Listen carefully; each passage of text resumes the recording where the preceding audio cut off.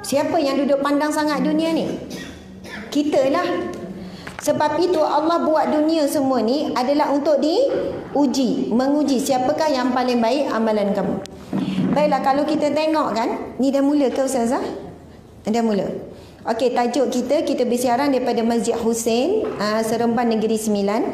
Kita menggunakan kitab ni sebab kadang orang live dia nak tahu. Kitab Penawar Bagi Hati, iaitu salah satu kitab tasawuf yang biasa digunakan dalam sesi-sesi pengajian untuk orang awam, insya-Allah. Jadi tajuk kita pada hari ini, kita masuk bab tajuk cintakan dunia. Kita tahu ini adalah sumber segala masalah, kepala segala masalah. Punca stres manusia adalah kerana mencintai dunia, dan punca ketenangan manusia apabila dia telah mula mencintai akhirat. Jadi kalau dunia ini menggusarkan hatinya, dia jadi tenang kerana dalam hatinya sudah mula mencintai akhirat. Subhanallah. Baiklah, kalau kita tengok dalam agama kita ada dua binatang.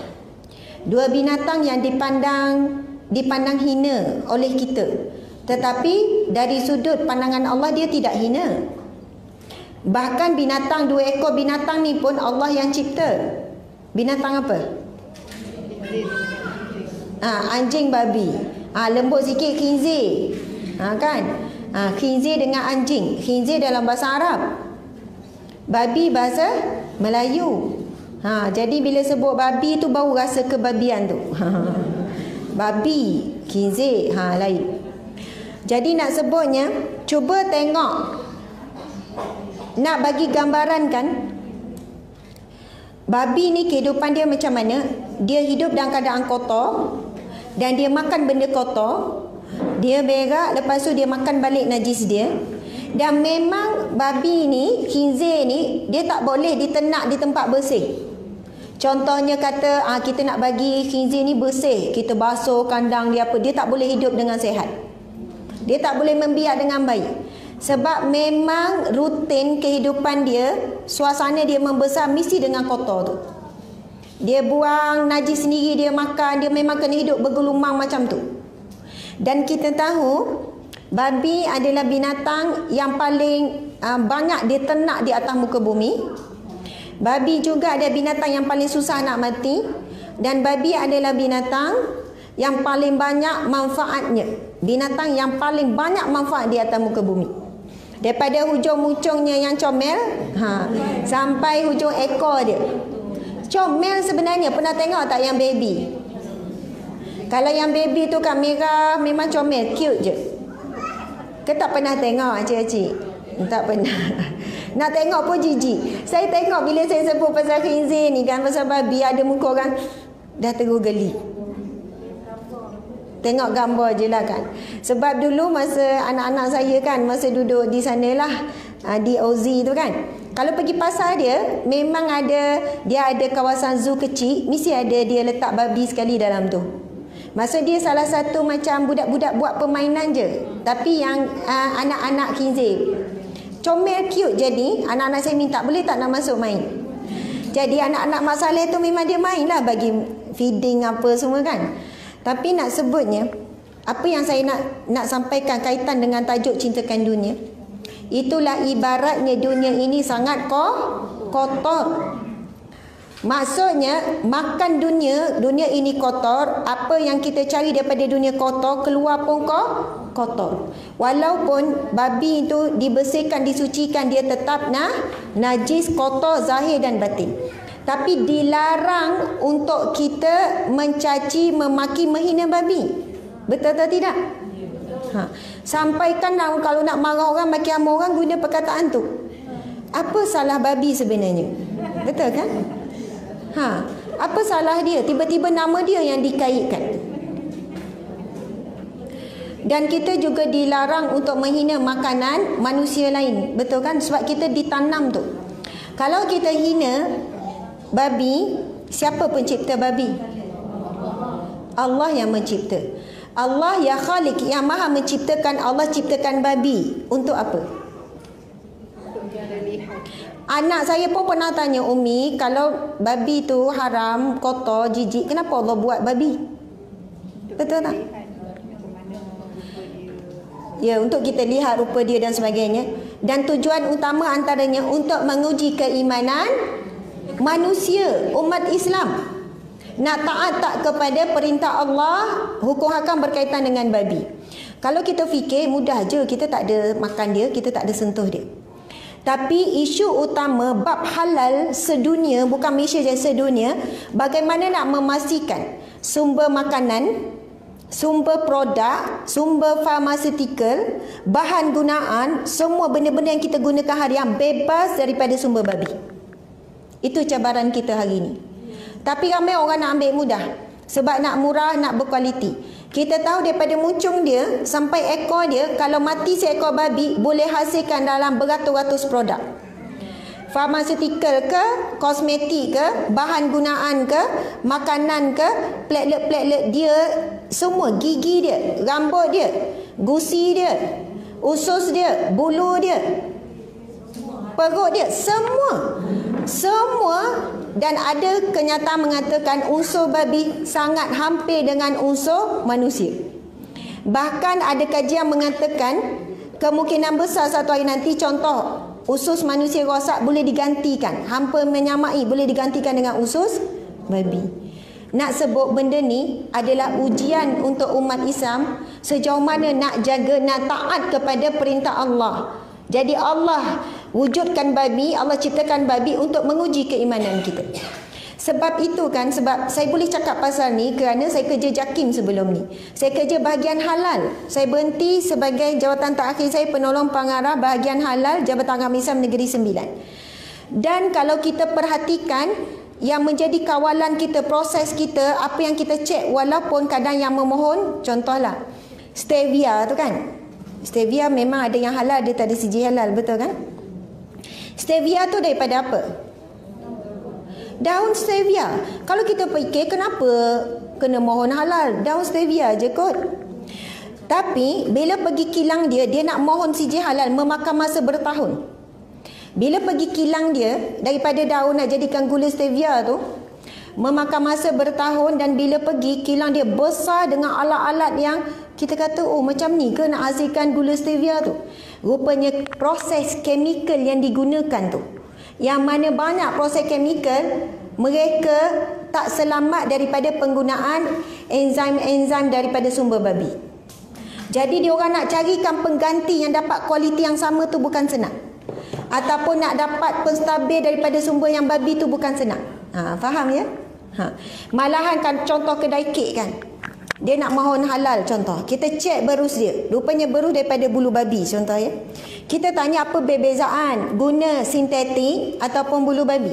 Kata kalau guna bulu babi, memang kek tu cantik berkilat, dia punya kesan bulu babi tu berbeza tekstur pada kek tu.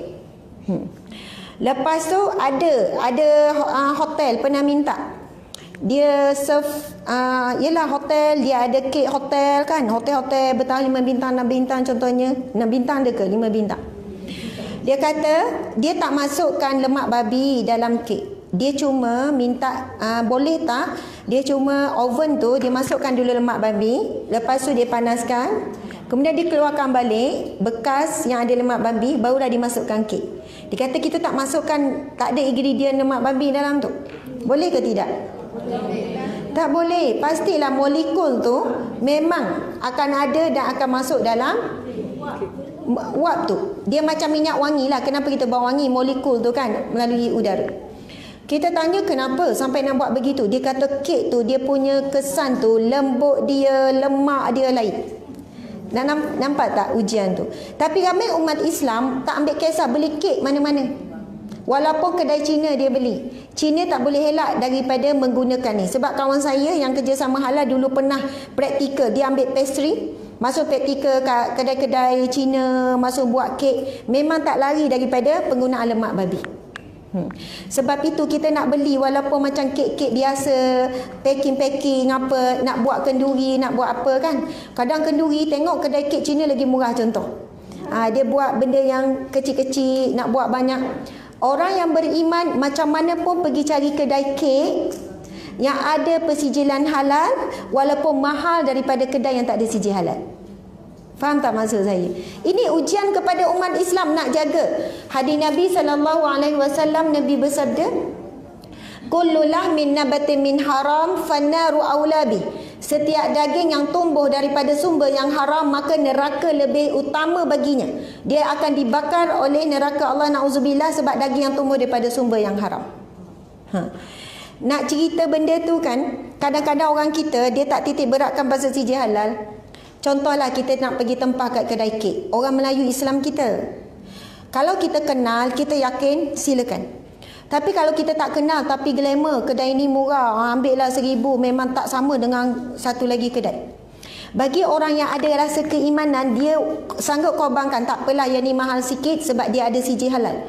Sebab mampu tak kita nak tanya orang kedai tu, boleh tak saya tahu apa ingredient dalam kek ni? Lepas tu boleh tak saya nak tahu tepung yang awak guna ada sijil halal tak?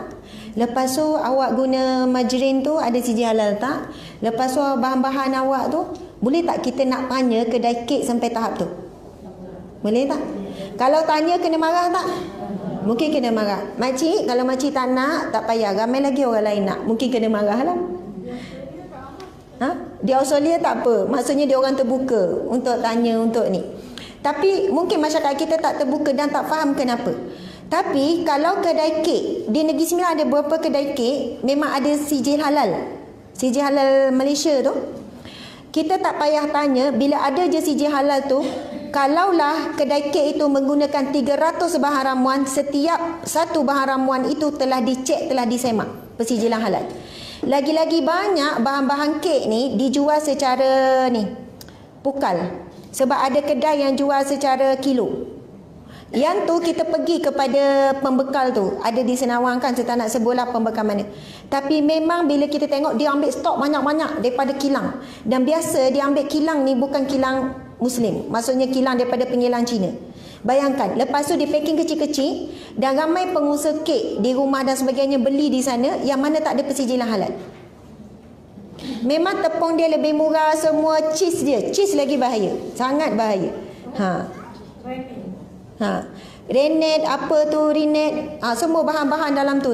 Sebab itu banyak bahan kritikal, kita kata ala kek je, ala ni je. Tapi bila datang daripada sumber tu nak kata, terlalu banyak sangat sumber di pasaran ni sumber daripada khinzir, daripada babi. Jadi ujian kepada umat Islam. Sama juga bahan gunaan, minta maaf, shampoo, ubat gigi, semua tu kan. Kan sekarang dah ada pilihan, ada logo halal. Jadi pilihlah ada logo halal walaupun mungkin kualiti dia kurang kita rasa. Kita dah selesa dengan satu jenama shampoo tu. Kita rasa selesa, kita ni, tapi tak ada logo halal. Bukan apa ya, bila tak ada logo halal automatik akan timbul keraguan. Contoh yang lain, para ibu sekalian, hotel. Jarang orang kita bila pilih hotel, dia pilih hotel yang ada logo halal. Sudah. Cuba cari, buka www.jakim.halal.gov, lepas tu tekan hotel. Tekan saja hotel, akan keluar banyak list hotel yang dah ada persijilan halal. Maksud hotel ada sijil halal ialah dapur hotel tersebut dapat sijil halal. www.halal.gov.my. Cari je halal.gov.my, www.halal.gov.my. Saya sebenarnya lama nak cakap pasal halal ni sebab itu dulu memang kerja saya, bidang walaupun tak pakar tapi boleh lagi bercakap pasal halal ni. Sebab sekarang isu halal ni kan naik balik kan, nak bagi kesedaran. www.halal.gov.my. Dia akan keluar portal halal Jakim tu. Tekan saja, ni kan nak raya Cina ni kan, ramai orang nak pergi berjalan lah apalah ni, bulan 2 ni. Lepas tu tekan, kita mungkin dah booking ada hotel 5 bintang ke 4 bintang ke. Cuba cek hotel tu ada tak dapur halal. Apa isu hotel pun nak cari dapur halal ni. Kita kadang-kadang cenderung bila cari hotel, kita nak tengok apa, swimming pool, betul kan? Sebab cucu nak main. Ibu bapa cenderung akan cari sebab mana swimming pool yang ni dia tak cek dah pasal halal-halal. Lepas tu sarapan pergi makan dekat hotel. Sebab dia sedia package sekali sarapan, betul kan? Memang kita kata kita makan Koro Crunch je, kita makan roti je, kita makan itu je, makan ini je. Tetapi bila tak ada CJ halal, dapur ni bila hotel dia ada beberapa dapur lagi. Maksudnya ada dapur yang menyediakan wine, menyediakan arak. Dan ada juga banyak masakan dia, kalau hotel dia tak boleh lari daripada menggunakan wine. Maksudnya letak itu sebagai penambah perisa dia. Sebab apa? Wujudnya dapur halal ni sebab isu ni lah. Dan ada juga beberapa hotel, bahagian yang makan ni okey, tetapi dapur yang sama juga pada waktu tertentu dia masak pork, masak babi, khinzir. Jadi daripada dapur yang sama tapi pagi tak ada serve tu. Faham tak? Dia keluar daripada dapur yang sama. Akhirnya kemungkinan besar berlaku kontaminasi. Kontaminasi tu berlaku macam mana? Dia akan guna dapur yang sama. So, semula pisau apa yang sama. Kedua, kemungkinan besar ni pinggan mangkuk apa menggunakan yang sama tanpa disamak. Faham ya? Contoh, hotel, kalau proses hotel mohon halal paling lama. Kalau saya tengok dulu staff bila cek, sebab ia akan melibatkan kadang-kadang sampai 1000 bahan ramuan. Bukan sikit, sebab hotel banyak sangat menu. Lagi kalau 5 bintang kan, dia ada serve untuk makanan tu, makanan ni, kadang ada tempahan. Betul tak? Orang ada kursus, orang ada seminar, Chinese buat seminar ke apa, dapur yang sama, betul tak? Dia ada pork, dia boleh nak order apa, sebab dia ni, dia ada, maksudnya dia bayar. Jadi contohnya, ada hotel minta tengok bahan ramuan dia ada 1000 lebih. Bayangkan macam mana pihak halal ni dia cek setiap satu ramuan. Dia bukan cek baca je. Contoh dia bawakan ramuan sos cili, dia guna 5 sos cili kadang. Sos cili saja ada macam-macam brand. Kita akan cek setiap satu CJ halal sos cili tu. Kena bawakan lampiran CJ halal setiap sos cili. Sos tiram ada pula 10. Lepas tu sos tomato pula. Sos saja ada macam-macam jenis. Cek tu satu-satu disahkan. Kalau tak ada reject, gantikan dengan sos lain. Dah settle peringkat dokumen, turun pula ke hotel, masuk pula bilik store dia. Pastikan pula adakah sos yang dia tulis ni sama tak dalam stok.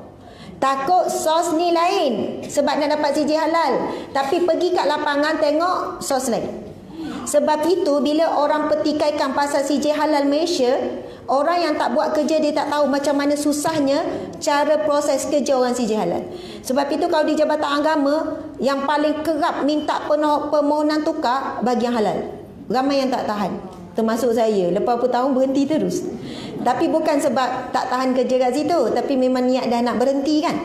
Nak sebut yang cek tu saya memang respect sangat. Saya tak mampu nak buat kerja set. Saya makan dah cek dalam ni betul tak ada CJ halal, turun pula kerja auditing, kerja audit, jadi auditor.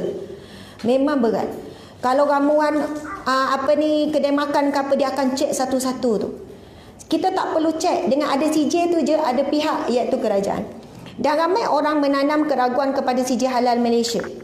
Apa orang JAKIM buat kerja apa ni? Lebih percaya kepada viral.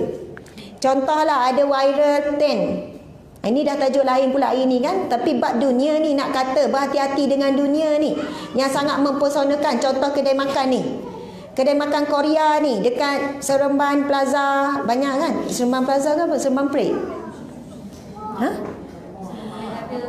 Okey, kalau dekat Seremban 2 ni, Ion ni, Jasco dulu ni, saya tak nak sebut lah, tapi ada restoran yang penuh umat Islam je. Dia makan apa tu? Sushi. Bukan sushi, minta maaf. Sushi dekat tu ada halal ya? Yang Seremban 2 tu, yang dekat Ion tu ada halal. Okey, Sushi King makan masa bertahun untuk mohon CJ halal. Perasan tak? Sekarang Sushi King dah ada CJ halal. Kenapa makan tahun nak mohon CJ halal? Sebab dia punya penggunaan wine dia, dan dia nak rendam nasi tu, bahan rendaman nasi, nak dapat nasi tekstur rasa macam tu dia melakukan R&D sekian lama untuk menggantikan penggunaan sumber daripada wine. Sekarang banyak dah Sushi King ada CJ halal. Nak sebut, kita nampak sushi je kot, makanan pun makanan laut. Lepas tu nasi je kot, mana haramnya? Nampak tak penggunaan arak? Arak kita tahu najis. Ada yang kata arak ni sebab apa haram? Sebab mabuk. Dia kata takkan mabuk kot, makan sushi tu tak mabuk pun. Sikit je, tak ada kesan apa. Dia bukan isu mabuk ke tak, dia isu najis. Contohlah ni ada air ni. Kan, letak satu titik je arak. Boleh tak minum agak-agak? Sebab apa tak boleh minum? Satu titik mabuk tak? Satu titik tak mabuk dan tak ubah apa-apa pun, tak rasa apa-apa pun, satu titik je. Tapi kalau saya tanya ni air ni, lepas tu kita masukkan satu titik air kencing, nak minum tak? Satu titik je air kencing, sikit je. Sebab apa tak nak? Sebab najis. Nak sebut sebab arak itu najis, walaupun satu titik, walaupun dia jadi minuman, dalam Islam kita arak itu najis, walaupun satu titik dia tetap najis, walaupun sikit. Vinegar tu kan? Okey, dia ada kelas-kelas dia, tapi saya tak berani nak sentuh, saya kurang pengetahuan. Wine vinegar tu kan? Sebelum jadi wine kan? Okey, baiklah. Jadi saya nak sentuh sikit. Kan ada beberapa restoran yang saya sebut, mungkin ibu-ibu, puan-puan, hajah-hajah maklum.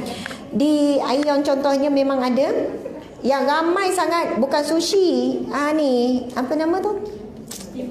Steamboat. Minta maaf kalau saya sebut nama, semua orang tahu. Memang penuh, sentiasa penuh, dan orang bukan Islam. Saya minta maaf, berapa kali saya tanya kedai steamboat tersebut, faham ya steamboat apa?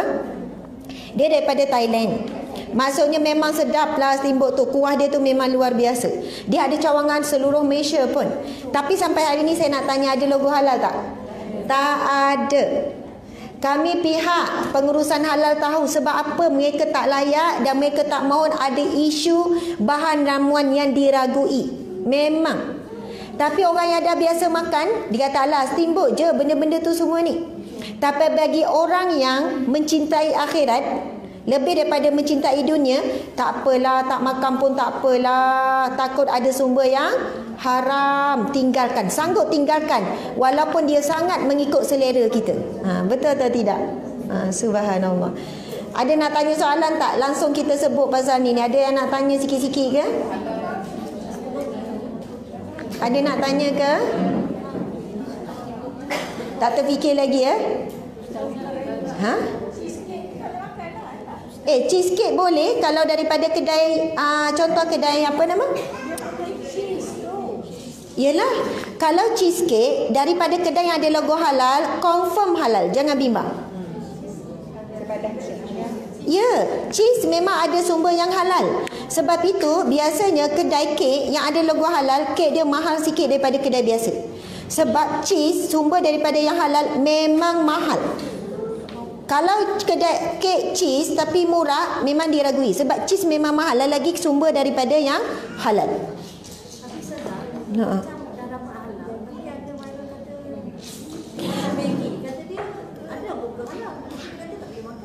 Maggi? Okey. Ya, Maggi ada logo halal. Jadi memang bahan ramuannya memang tak diragui, semua halal. Rempah dia ke Maggi tu sendiri. Cuma persoalannya thayyibah.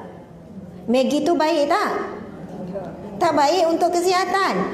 Halal, sebab itu sijil yang kita keluarkan sijil halal, bukan sijil halalan thayyibah. Sebab apa? Nak jaga kebaikan tu, memang Maggi tak baik untuk kesihatan. Tapi dari sudut hukum, bahan ramuan halal, disahkan halal.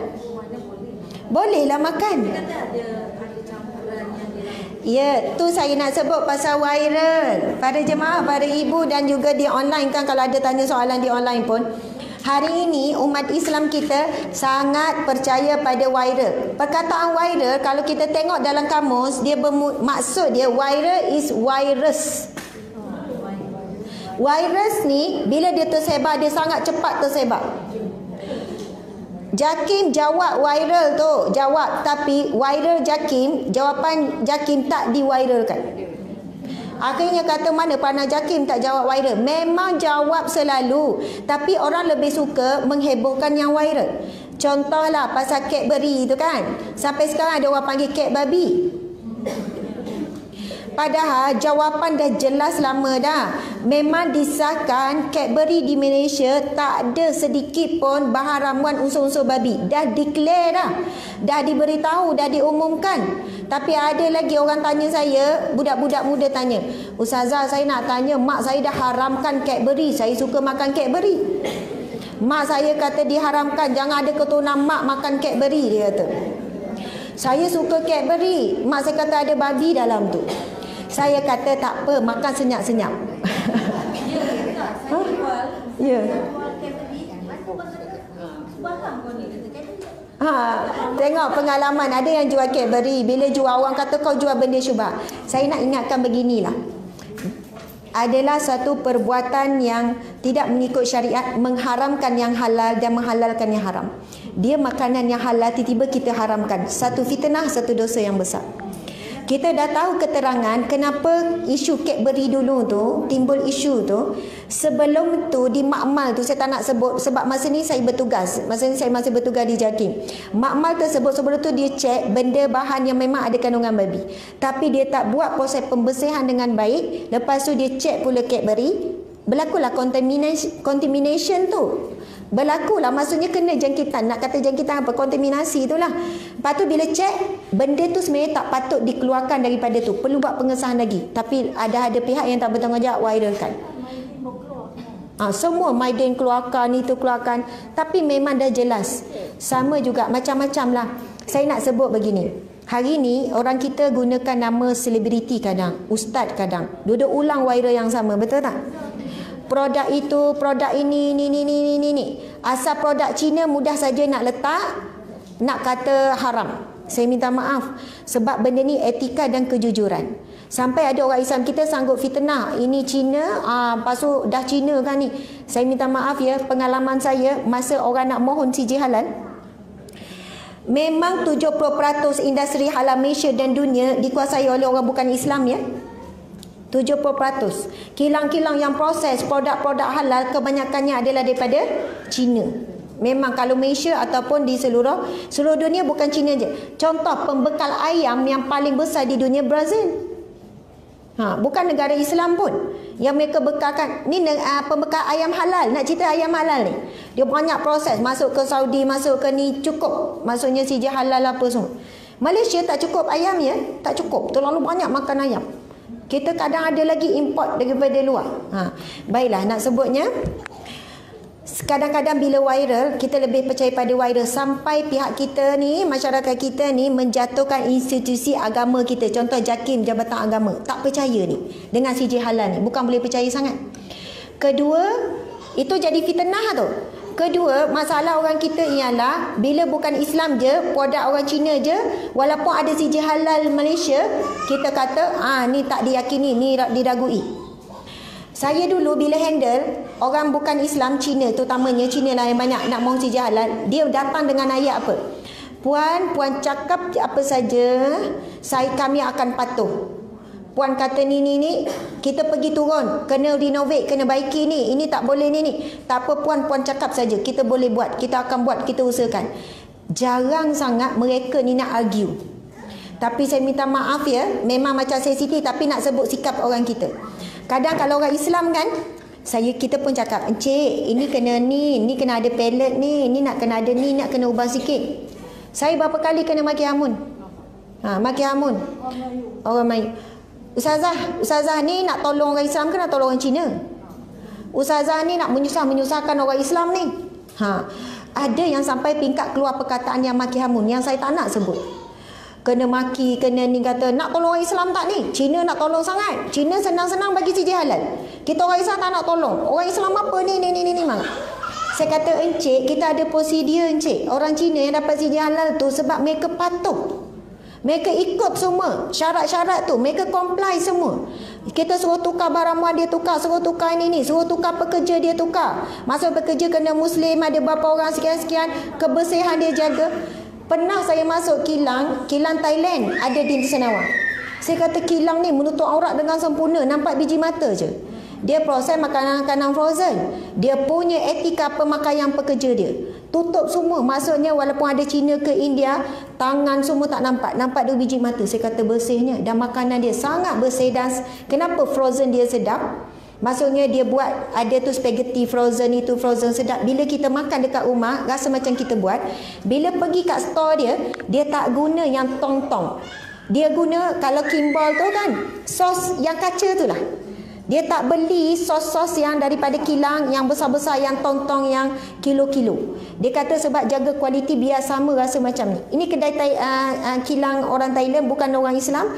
Tapi dia punya etika nak masuk tempat proses tu. Kita kena bersih tu, ke sini ni. Kita pun jadi macam tutup semua. Nampak 2 biji mata. Nak kata betapa mereka bukan setakat dia patuh kepada yang minimum. Dia pergi kepada maksimum.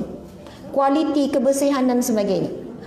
Sebab itu kalau orang tanya saya, Ustazah, kalau ada 2 kedai, satu kedai Muslim, satu sebelah tu kedai bukan Islam, toke dia bukan Islam tapi pekerja Islam, tapi ada logo halal.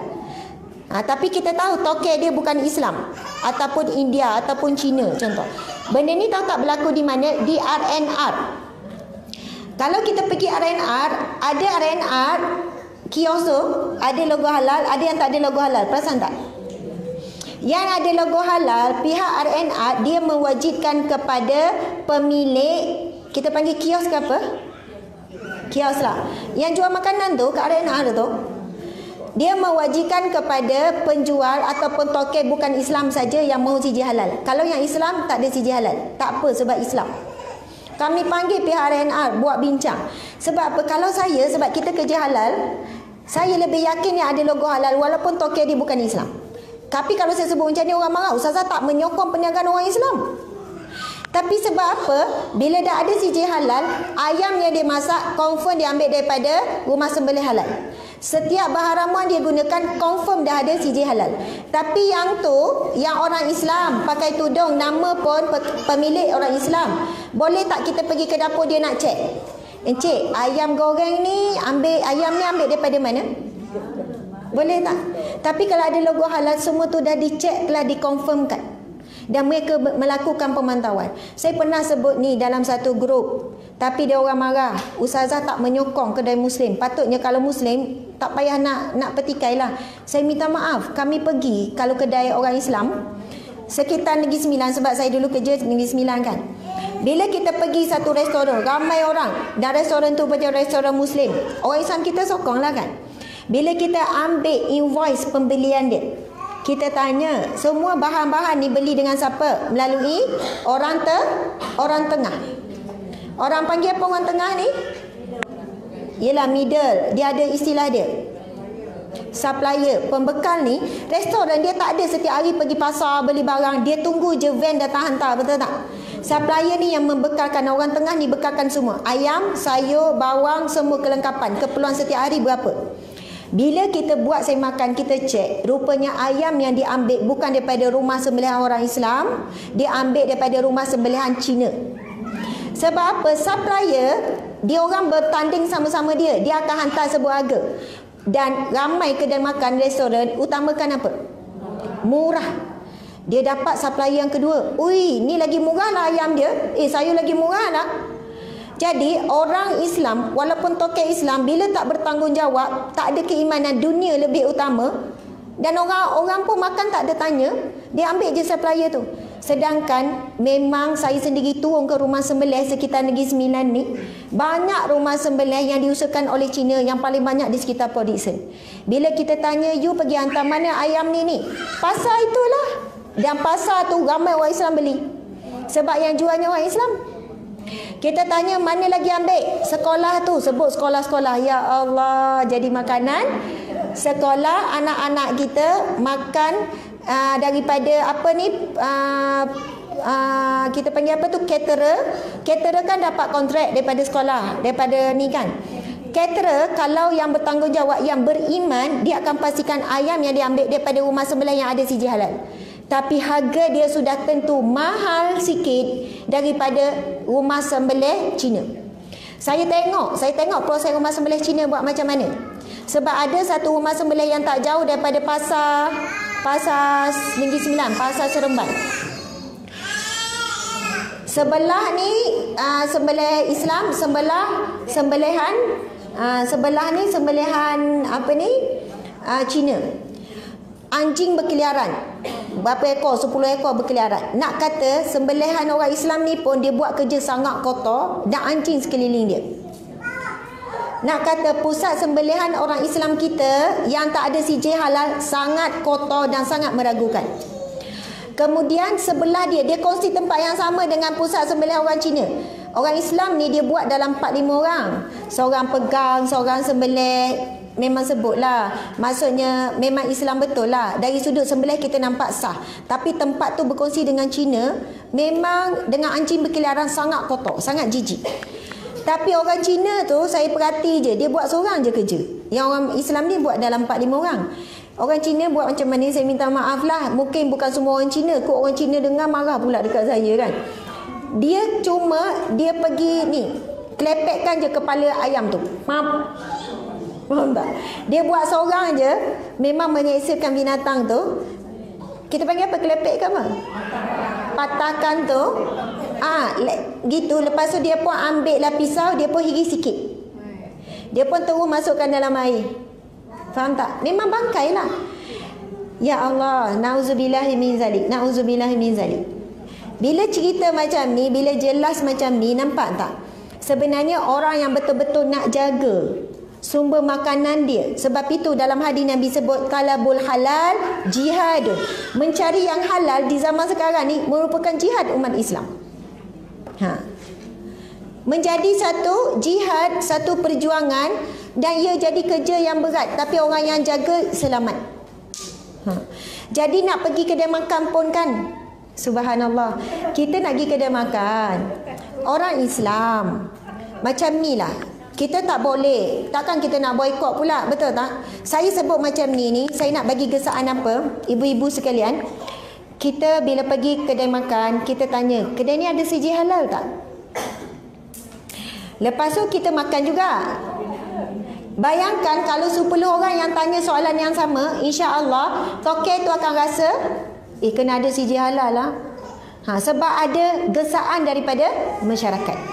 Tapi masyarakat kita memang tak beratkan, tak tanya, tak apa. Jadi tak ada tekanan daripada pemilik restoran kedai makan. Isu kedai mamak. Kedai mamak ada logo halal tak? Tapi yang paling ramai di kedai mamak siapa? Orang Melayu Islam. Kedai mamak setakat ni yang di CJ halal yang pelita tu. Pelita tu. Kedai mamak pelita tu kan. Tapi bukan semua pelita ada CJ halal. Pelita banyak cawangan. Tapi dekat Seremban Pelik tu, Seremban Pelik pula, Seremban apa tu? Gateway tu ada tak logo halal? Saya pernah pergi, memang ada logo halal. Maksudnya, premis tu memang ada CJ halal, semua telah disemak, telah dicek. Ada orang sebut kata, kenapa anti sangat mamak? Kenapa anti sangat mamak? Wiralkan tentang mamak. Saya sangat jujur, ya, ni pun secara live ni. 90% ada orang letak peratus tinggi lagi. Hasil pengalaman saya turun ke kedai mamak, masuk ke dapur, 90%-nya sangat kotor. Bukan bersih, sangat kotor. Invoice ayam ke daging ke sangat meragukan. Kalau saya pergi ke dapur, ada berapa saya pergi ke dapur, kari tu kan, sebab dia masak kan 24 hour, dia masak tak berhenti, kari tu dia tak tutup, bekas besar-besar. Ada lipas macam-macam binatang. Yang mana kita kan buat kerja tutup. Dia kan banyak bertong-tong. Ni, saya kata ya lipat. Buka pula peti air dia sangat kotor. Saya pernah tanya tokek dia kan. Saya kata, tuan, kenapa kotor sangat ni? Dia pun tahu tak dia jawab apa. Dia kata, puan, ini India lah. India mana ada bersih? Dia jawab macam tu. Maksud dia, bukan India Malaysia dia. Pekerja dia tu kan daripada India betul. Saya dah tegur sama dia ni. Mereka saya dah cakap, saya dah marah dah pun. Tapi 2 hari bersih, yang lain kotor. Sebab mereka ni pada India. Pekerja dia orang biasanya pada India betul, bukan India Malaysia. India Malaysia bersih insya-Allah. Kadang India Malaysia lagi bersih daripada Melayu. Dia punya bersih dia tu. Rumah apa, dia sikat, dia mandikan anak apa semua. Lagi wangi, lagi bersih rumah dia dan sebagainya. Tapi kalau pekerja dia orang kemekan ni, kan dia orang semua ngaku Muslim. Betul tak? Kami memang dah tahu nak test dia orang ni Muslim ke tak. Saya tanya Muslim, Muslim, semua Muslim. Syahadah, tanya sama bos. Lepas tu tanya lagi, Al-Fatihah, Al-Fatihah. Tanya sama bos. Oh, bos pesan apa-apa tanya sama bos. Ya. Muslim tak? Muslim. Semayang tak? Semayang. Baca Al-Fatihah. Itu tanya sama bos. Memang bukan Islam lah tu. Memang bos dah ajar. Kalau kamu ditanya jawab je Muslim ni. Cuba tengok dia buat roti. Roti tu dia tak basuh telur. Saya pergi kedai mamak, saya nampak telur tu duduk bertingkat-tingkat tu tak basuh. Saya pernah tegur, saya kata, "Cik, telur tu tak basuh." Dia tanya saya balik, "Kenapa mau basuh telur? Kita makan yang dalam." Dia tanya saya balik. Saya kata, memanglah, memang mamak sungguhlah. Sebab apa? Telur tu memang jelas-jelas lah kat luar tu kan najis. Bila okey, dia tebar, lepas tu dia ambil pap, itu kan dah ada najis. Pap dia ni pula. Orang Melayu kita buat martabak tak basuh semua. Pernah tegur kan? Nak sebut peniaga kalau beriman dia akan jaga benda tu. Dan kita pula pembeli kalau beriman nampak walaupun martabak tu viral, sedap, tapi sebab kita mengutamakan akhirat, kita kata tak apalah, sedap macam mana pun, sebab telur dia tak basuh. Jadi martabak tu najis campur dengan najis. Saya tak pernah lagi beli telur yang balik-balik bersih, licin dah dibasuh. Telur memang, kalau kita tengok memang ada kesan najis. Lagi kalau kedai makan, dia akan beli telur yang murah tu lagi kotor. Kalau kita beli telur yang mahal sikit tu bersih sikit, tapi pun kena basuh. Betul kan? Tapi kalau beli bandar-bandar tu memang sangat kotor. Subhanallah. Masya Allah. Jadi baiklah, kita ni nak sambung ni. Tadi sebab sebut pasal babi tu, perumpamaan dunia ni sangat kotor. Ibarat khinzir ataupun babi yang makan benda kotor dan keluar pun benda kotor. Binatang yang kedua, kalau dalam Islam dianggap najis, binatang apa? Anjing. Anjing ni dia punya tabiat apa dia? Ya, menjelek. Betul tak? Menjelek. Lapar menjelek, kenyang menjelek, dahaga menjelek. Maksudnya memang tabiat dia menjelek, betul tak? Kula Elio. Ibaratnya dunia ini memang Okey, dunia ini memang tidak pernah memuaskan. Dunia ini memang tidak pernah akan memuaskan manusia. Ibarat anjing tu sentiasa berjelek, kan? Anjing tu sentiasa menjelek, dia tidak akan. Okey, macam mana ya boleh ni bawa ya? Subhanallah. Okey, minta maaf. Okey. Ya, kita tahu ada ibu-ibu nak dengar kan, cuma bila tak boleh nak dikawal, kita tenangkan sekejap. Nanti dah tenang masuk balik. Macam tu, tak apa. Sebenarnya saya pun jadi hilang idea juga. Maksudnya terganggu juga sikit lah bila ni. Macam mana? Bab bela anjing ni memang ada hadis Nabi. Kan, malaikat rahmat tak masuk pada mana-mana rumah yang ada anjing. Ada 3. Tapi nak sebut pasal anjing ni, kalau dibela, contohnya untuk tujuan jaga kebun. Kalau kebun dekat kampung-kampung, boleh ke nak upah orang jaga kebun tu? Kebun tu berapa ekar? Yang tu dibenarkan. Anjing tu untuk jaga kebun tu dibenarkan. Anjing ni binatang yang sangat cergas. Masuk kalau dia dengar ujung sana, dia boleh berlari laju. Kalaulah kita upah orang, tak sempat berlari tu. Lepas tu nak jaga kawasan yang sangat besar. Jadi di situ ada hukum, tapi dia tetap jatuh kepada makruh. Makruh lah, tapi bukan berdosa besar lah. Tapi nak bagi gambaran tadi tu, anjing tu kan sentiasa berjelek, mengeluarkan lidah. Kenyang pun berjelek, lapar pun berjelek. Dunia ini tak akan pernah memuaskan manusia. Dan dunia ini bukan diciptakan untuk memberi kepuasan kepada hati manusia. Dunia ini adalah ujian saja terhadap keimanan kita, keimanan manusia.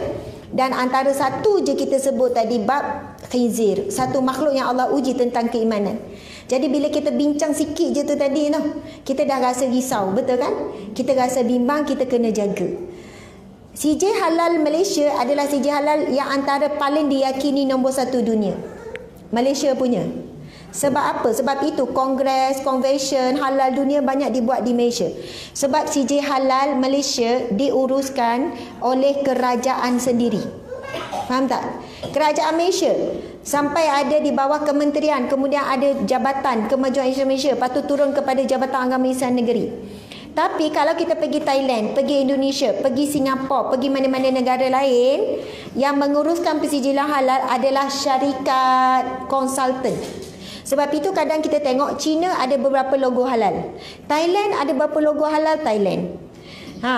Negara-negara Indonesia sendiri ada beberapa logo halal. Dia bukan stick satu. Sebab syarikat yang menguruskan.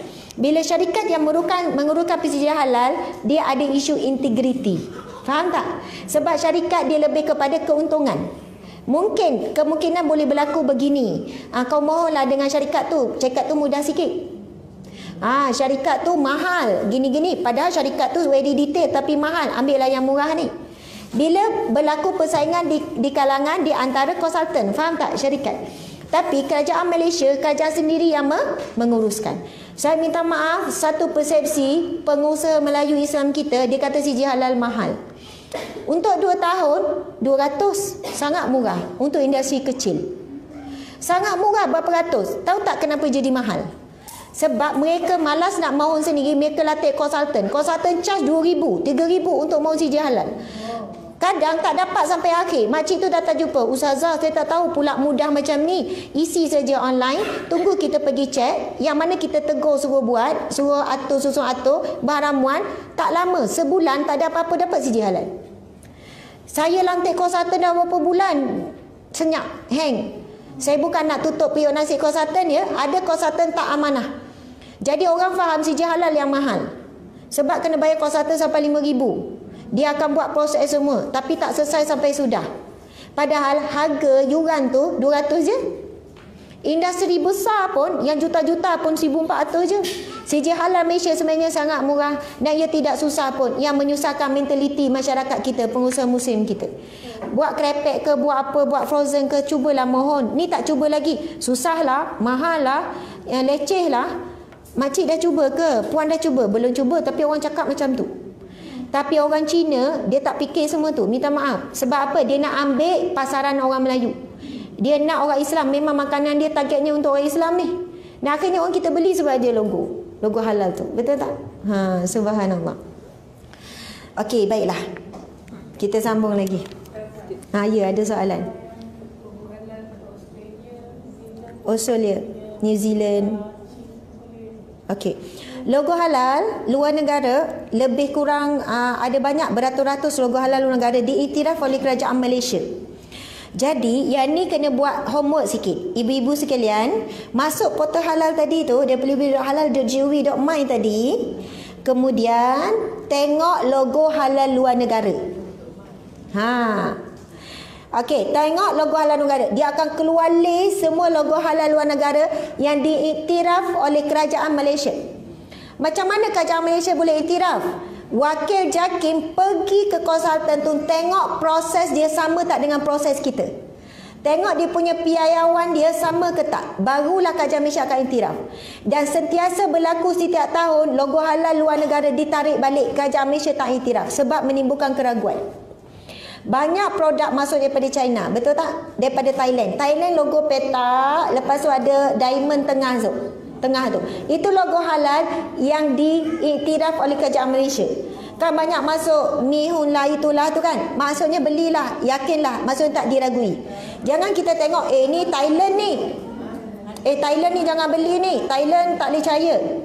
Sebab kita tak ada maklumat. Tapi bila kita tengok portal halal JAKIM, dia diiktiraf, jadi boleh beli. Walaupun daripada Thailand. Nampak? Makanan dalam tin banyak daripada Thailand semuanya. Jadi viral kata tak boleh makan. Ni CJ Halal tak diiktiraf. Orang kita pun tin dia apa semua. Baiklah.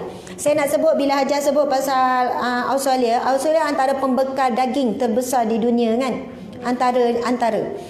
Saya nak sebutkan di sini mana-mana daging yang masuk ke dalam pasaran Malaysia dia diyakini halal. Daging beku kan, Daging frozen beku. Kan daging tu kan murah, RM12. Saya pun guna daging tu juga. Kau nak selalu beli daging kat pasar 1 kilo 30, mahal. Lepas tu rasa pun lebih kurang je. Memanglah sedap yang tempatan tapi sangat mahal. Jadi saya nak cerita sejarah sikit. Sekarang pukul berapa? Bukan panjang sangat lah. Oh, dah lebih ya, sikit je. Suatu ketika pernah asal lambat, pernah Australia, dia macam sombong sikit dengan Malaysia. Nak kata sombong tu bukan apa. Malaysia menghentikan. Malaysia mula buat syarat mana-mana daging yang nak masuk ke Malaysia perlu ada sijil halal. Faham tak? Mana-mana daging, produk daging nak masuk ke dalam Malaysia perlu ada sijil halal. Jadi antara produk yang banyak masuk ketika itu daripada Australia lah. Pasal Australia kata tak apa, kalau Malaysia tak nak, it's okay, sebab dia orang ada pasaran yang lain lagi. Faham tak? Tapi once Malaysia dah menolak, Arab Saudi tolak, Brunei tolak, Indonesia tolak. Kesan tu sangat besar. Sampailah mereka pun datang ke Malaysia belajar macam mana nak melakukan proses penyembelihan halal. Sebab mereka nak kena tukar proses sembelih di sana tu. Sebab mereka bukan negara Islam, tapi sebab nak masuk pasaran. Dan mereka mula terkesan dengan banyak negara Islam yang mula menolak, rentetan kerajaan Malaysia menolak. Faham tak? Kuasa di situ menunjukkan kuasa pembeli umat Islam. Mereka datang untuk belajar macam mana proses nak dapat rumah sembelih yang ada sijil halal. Masya Allah. Kemudian lepas daripada itulah, mana-mana negara nak masuk ke Malaysia, jadi orang negara lain jadikan Malaysia kayu ukur. Kalau Malaysia terima masuk, bermaksud mereka pun boleh terima masuk produk daripada negara tersebut. Lepas tu kalau kita baca dari sudut sains, mereka sebelum itu menyatakan cara sembelihan Islam sangat kejam. Saya dah ulang berapa kali tapi saya nak ulang hari ni sebab ada live ni kebetulan. Dia kata sangat kejam. Saya pernah ditanya soalan tu secara direct oleh orang Cina. Datang ke pejabat. Kenapa you Islam kejam sangat? You mau sembelih dekat leher, lepas tu keluar darah memancut. Kenapa you tak kasih dia lemah saja? Kan tak nampak dia mati. You kasih karen sekejap dia terus mati. Kenapa you mau nak luka bagi leher dia luka? Faham tak? Betul tak nampak macam kejam zahirnya? Sembelih dekat leher, lepas tu darah memercik, lepas tu kalau lembu tu kan siap bangun lagi macam sakit, macam mengerang, betul tak? Dia orang buat macam mana? Sebelum dia orang buat proses penyembelihan Islam, kaedah mereka adalah lembu tu dia akan himpit bukannya sampai hancur, sampai lembu tak boleh bergerak. Cuba cari dalam YouTube cara mereka sembelih matikan lembu macam mana. Dia himpit, lepas tu ada tukul besi besar, pop, kepala, pecah kepala. Kita kata lebih zalim. Dia orang ni memperjuangkan kebajikan binatang kan. Dan dia kata cara bunuh binatang menurut Islam sangat kejam. Tetapi ada saintis yang buat kajian. Dia letakkan alat pengesan tahap kesakitan binatang. Dia letak alat tersebut pada cara pembunuhan yang pertama. Cara bunuh pertama tu, mati pertama tu, maksimum sakit pada binatang tu. Lepas tu kaedah karet, maksimum juga sakit. Kaedah selam dalam air, sakit. Akhirnya mereka letak alat itu pada kaedah penyembelihan Islam. Dan mereka dapati alat itu menunjukkan zero sakit. Baru mereka terpaksa menerima cara penyembelihan Islam, cara terbaik untuk mematikan binatang. Kenapa zero sakit? Sebab bila putus urat halkum, urat marih, kemudian wajdain, 2 urat lagi. Saya pun pernah sembelih tapi bukan lembu, ayam. Sebab dulu memang bagi persijilan untuk tauliah sembelih, jadi saya dipaksa untuk sembelih. Kali pertama sembelih putus terus kepala ayam. Sebab kita orang perempuan memang kita takut. Kita tak sampai hati untuk mematikan satu nyawa makhluk Allah. Macam tu kan. Jadi ketak-ketak terputus terus. Tapi hukum dia makruh. Ayam tu boleh makan. Tapi tak boleh sengaja hilang ihsan pada binatang. Tak boleh letak pap-pap. Tak boleh. Hilang ihsan. Itu tak sengaja jadi makruh. Jadi nak sebutnya bila terus potong tu, 2 urat mareh, wajdain dan juga urat halkum putus, automatik signal sakit kepada otak terputus. Yang kita nampak dia menggelupur, dia bangun, dia menggelupur, dia bergerak, itu adalah semata-mata tindak balas otot mengejang. Muscle, otot mengejang, dia akan bangun. Tapi dia tak rasa sakit apa-apa dah. Kita je nampak kesiannya tak sampai hati tengok mak lembu, tengok anak lembu menangis tengok mak dia. Tak ada. Bahkan ketahuilah, binatang ini tahu tujuan dia diciptakan adalah untuk ditundukkan kepada manusia. Dan lembu-lembu, binatang-binatang ini, bila yang sebut Bismillahirrahmanirrahim, mereka sangat gembira sebab mereka mati di tangan umat Islam. Dan tujuan mereka diciptakan adalah untuk jadi makanan kepada makhluk yang bernama manusia. Makhluk yang terbaik yang Allah ciptakan untuk ditundukkan kepada manusia. Mereka sangat redha, mereka tahu tujuan mereka diciptakan. Subhanallah. Memang sangat.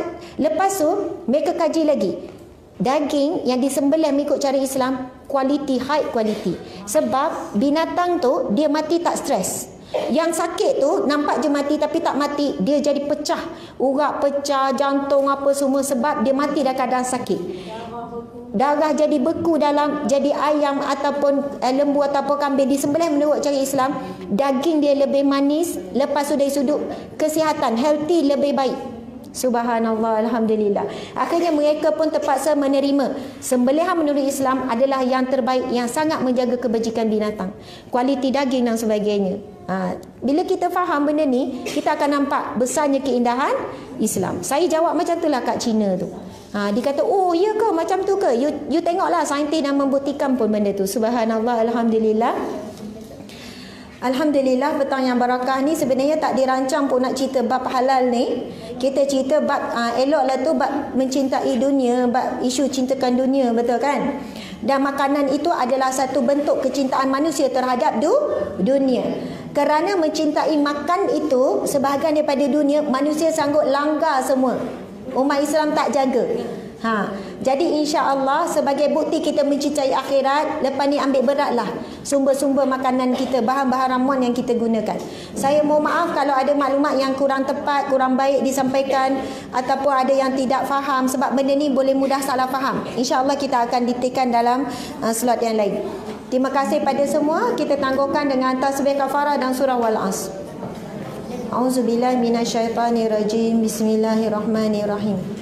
Subhanakallahumma wa bihamdika asyhadu an la ilaha illa anta astaghfiruka wa atubu ilaik. Bismillahirrahmanirrahim. Wal 'asr innal insana lafi khusr illa allazina amanu wa 'amilus solihat wa tawasaw bil haqqi wa tawasaw bis sabr. Sadaqallahul azim. Wabillahi taufiq wal hidayah. Assalamualaikum warahmatullahi wabarakatuh.